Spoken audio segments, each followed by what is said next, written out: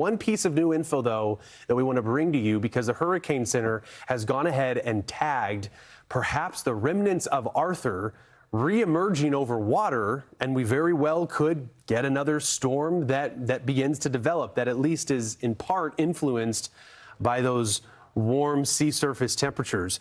Don't forget, we've got the current, the Gulf Stream, right along the western Atlantic, the eastern seaboard. So if this low, if some of that spin is able to maintain itself throughout its journey across the southeastern United States today and in part tomorrow, we might be dealing with another area of low pressure. You never want to sleep on these things. So watching that pretty carefully, I wanted to take it upstairs and show you the mid-levels because it's been tough at the surface to find that spin.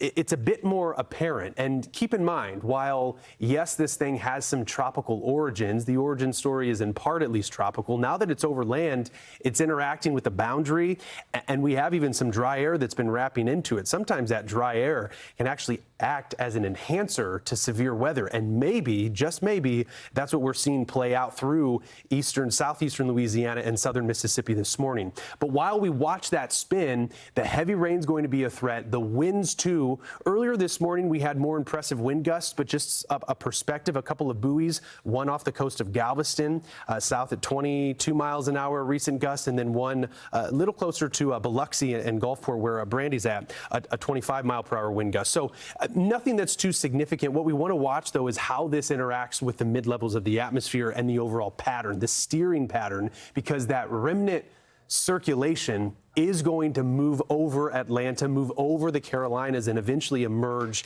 into the western Atlantic.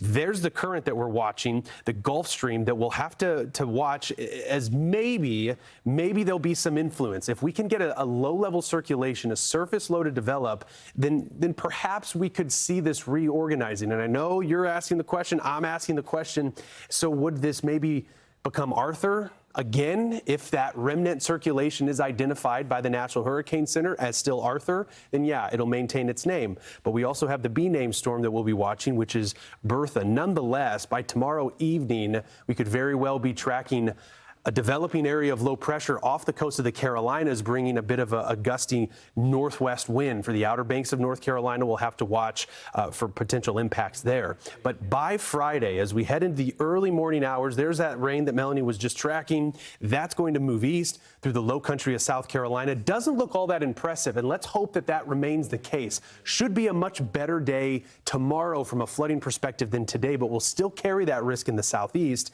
And then by Friday evening, here's the other good news, guys. As this thing moves out, it's not like it's going to come back to shore. Name or not, this thing is going to be moving out. So that's some good news. But yeah, what a storm it was, right? With widespread wind reports of 50, even 60 miles an hour, Melanie. Quite a storm to remember.